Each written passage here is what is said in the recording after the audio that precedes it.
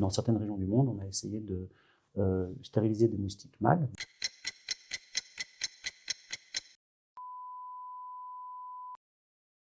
Bienvenue dans 10 minutes de Prève, la capsule qui vous invite à mieux comprendre pour mieux agir. En 10 minutes, nous prenons le temps d'explorer les liens entre notre santé et notre environnement. Santé, environnement et vous. Aujourd'hui, nous allons parler climat et maladies émergentes. 10, c'est le nombre de maladies vectorielles qui ont déjà modifié leur zone de circulation en Europe sous l'effet du réchauffement climatique. Dengue, chikungunya, paludisme, autant de menaces sanitaires directement liées à la montée des températures. Comment le climat redessine-t-il la carte des maladies infectieuses? Quels nouveaux risques sanitaires pour demain? Pour en parler, nous avons le plaisir d'accueillir Arnaud Machelard, chercheur INSERM à l'Institut Pasteur de Lille.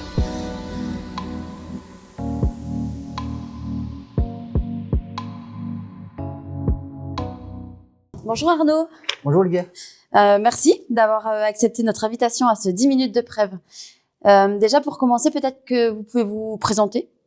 Je m'appelle Arnaud Machelard, je suis chercheur INSERM au Centre d'infection et immunité de Lille, ici sur le campus de l'Institut Pasteur, et je travaille principalement sur les maladies infectieuses. D'accord. On va parler aujourd'hui de l'augmentation des maladies tropicales suite au réchauffement climatique. Peut-être que vous pouvez justement nous définir ce qu'est une maladie tropicale. Alors, ce qu'on entend par maladie tropicale, ça va être une maladie infectieuse causée par un virus, une bactérie, un parasite et même un champignon. Et il s'agit de maladies qui vont être présentes au niveau de l'équateur. Donc en Afrique, en Amérique du Sud, en Asie du Sud-Est. D'accord. Un élément particulier quand même de ces maladies tropicales, c'est que la plupart sont transmises par un vecteur. Ça peut être un moustique, une mouche, par exemple. C'est ce qu'on appelle du coup les maladies vectorielles? Exactement. D'accord. Qui sont transmises par un vecteur, et voilà, ça peut être un moustique, et puis parfois des mollusques ou autres, mais c'est souvent le moustique quand même qui est responsable de ces maladies tropicales. D'accord. De ce fait, est-ce que vous pouvez nous expliquer l'augmentation des maladies tropicales en lien avec le réchauffement climatique? Donc il y a différents facteurs qui peuvent expliquer ces augmentations. Donc aujourd'hui, dans les zones endémiques, là où on a déjà des cas de maladies tropicales, on voit en fait les cas augmenter. Et en plus du réchauffement climatique, différents facteurs peuvent aussi intervenir, notamment la déforestation, les activités dans les forêts. En fait, ce qui est important pour la propagation de ces maladies, c'est le contact entre les hommes et soit les animaux porteurs ou alors les vecteurs, le contact avec les moustiques. Donc on peut imaginer que dans les forêts, on a beaucoup de moustiques, et donc tout ce qui est processus de déforestation va augmenter les contacts entre le moustique et l'humain. Et puis, en plus de ça, la déforestation peut entraîner des mouvements de population, des mouvements de chauves-souris, et pourquoi pas aussi d'oiseaux qui vont migrer et qui seront porteurs de maladies et qui vont pouvoir aller dans d'autres régions tropicales. Donc, la déforestation est un problème. Puis après, on peut aussi parler de l'accès aux soins de santé. Donc, les populations sont grandissantes et les soins de santé ne suivent pas toujours à la même vitesse. Donc, en fait, on a une certaine précarité et une difficulté aux accès à ces soins de santé dans certaines régions, qui font que les cas de maladies peuvent être augmentés. Et ce qu'on peut aussi associer à tout ça, c'est les mouvements d'humains. Donc on va se déplacer beaucoup plus et on va essayer d'être beaucoup plus en contact dans les villes. Et donc plus on va augmenter le contact entre les humains, et aussi on va créer des villes qui vont être propices à l'installation des moustiques, par exemple, et bien on va pouvoir augmenter ces cas de maladies tropicales. Et puis pour revenir sur le réchauffement climatique, la réponse de base est assez simple. Il fait un peu plus chaud, un peu plus humide, et donc on a beaucoup plus de moustiques. C'est hyper favorable au développement des moustiques.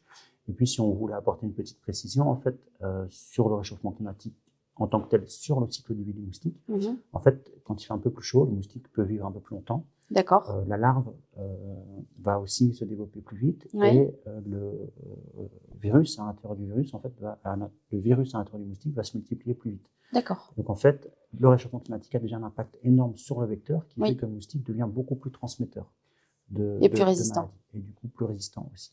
Comment ces maladies peuvent-elles se répandre au-delà des régions habituellement touchées? Donc là, c'est un phénomène qu'on observe de plus en plus. Ces maladies tropicales commencent à gagner le nord, par exemple, et nos régions.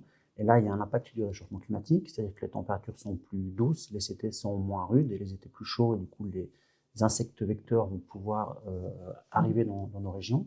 Et puis, une chose importante aussi, c'est le mouvement des populations et des marchandises, que ce soit pour se nourrir et puis pour voyager. Donc, en fait, on a énormément de cas qui partent en voyage et qui reviennent et qui, quelques semaines après, hein, il y a toujours quelques semaines d'incubation lorsqu'on est piqué par un moustique qui va pouvoir transmettre la maladie. C'est seulement quelques semaines après le retour de vacances qu'on va déclarer des symptômes et qu'on va du coup tomber malade. D'accord. Et qu'en est-il en France? Eh bien, en France, depuis quelques années, on découvre des cas autochtones. C'est-à-dire que des gens qui rentrent de vacances, ça existe depuis un certain temps, mais on les a bien identifiés. Et en France, c'est particulier parce qu'on a ces dom-toms en région tropicale qui font qu'on a quand même beaucoup d'allées et venues entre les différentes régions.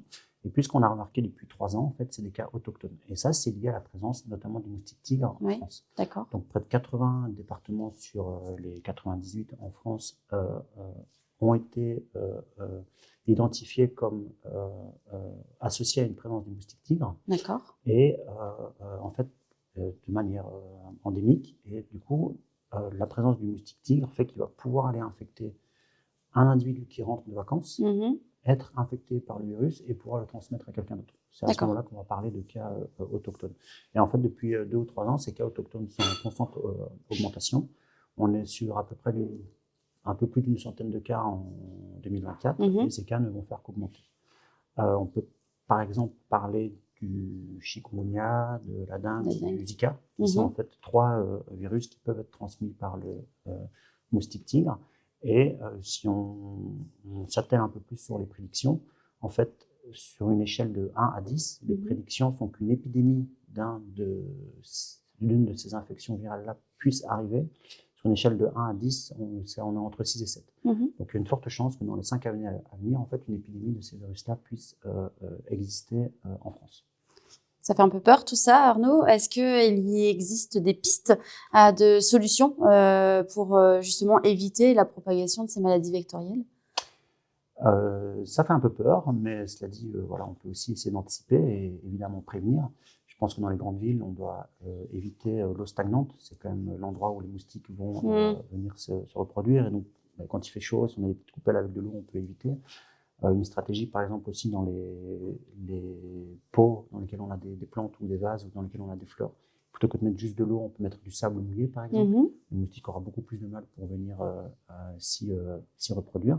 Et puis alors, au niveau de la recherche, on essaie de développer des molécules antivirales. Par exemple, à l'Institut Pasteur de Lille, il y a un gros programme qui s'appelle Virocrib, qui vise en fait à cribler des molécules contre les virus, et notamment les virus responsables de maladies tropicales.